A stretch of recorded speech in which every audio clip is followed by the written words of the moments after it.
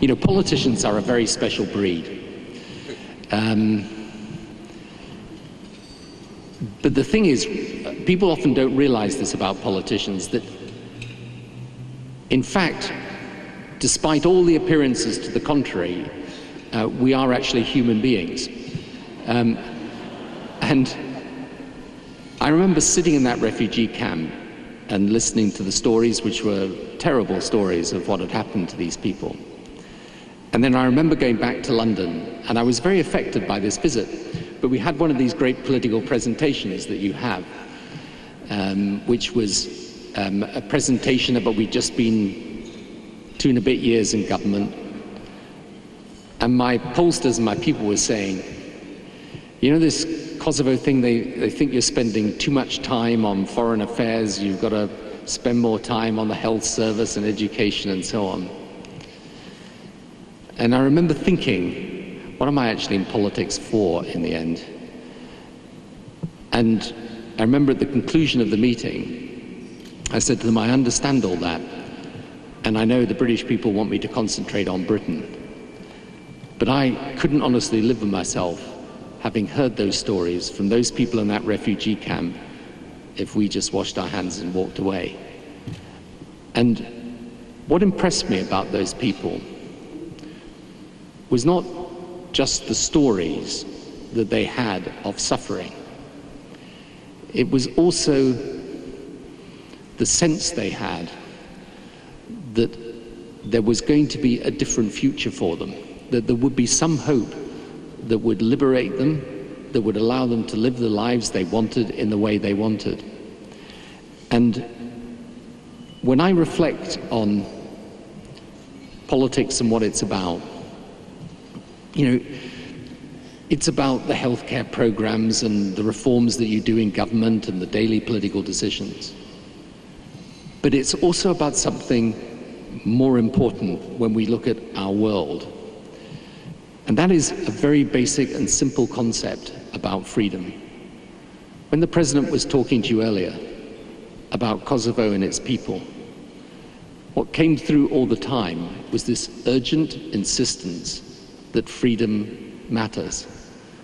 And sometimes we in the West, we take this for granted. We don't understand what a precious gift it is and how we need to nurture it and how we need to understand that the world cannot be a better place until the freedom that we enjoy here is a freedom enjoyed by people everywhere.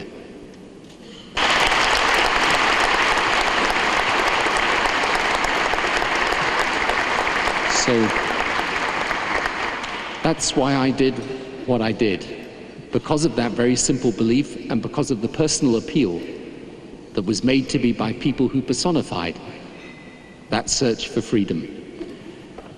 And one thing I know now is that that search for freedom goes on, but one group of people who are determined to be free and to make the most of their situation, their country, are the people of Kosovo. I know there's 84 countries, Hashim was telling me, that have recognized Kosovo so far. I want every country in the world to recognize Kosovo as a free and independent state.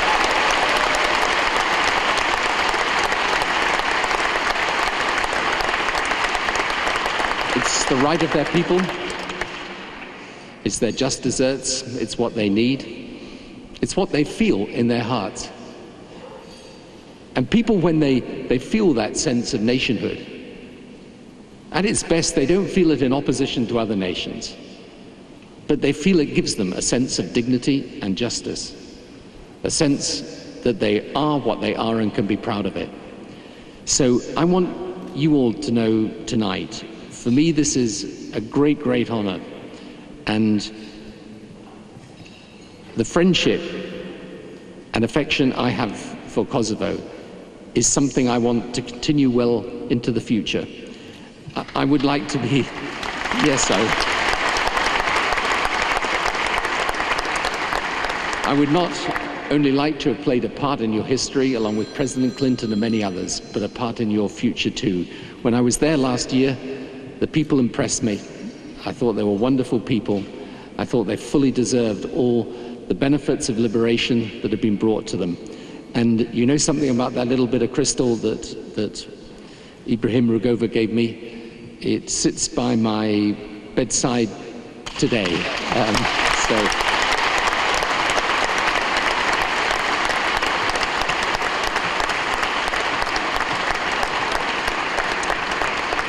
It's there as a symbol of freedom for the people of Kosovo.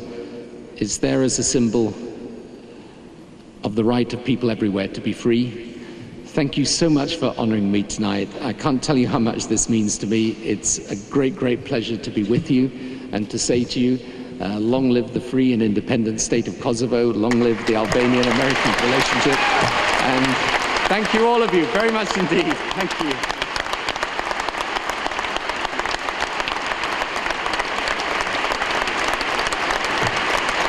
Thank you, Tony Blair.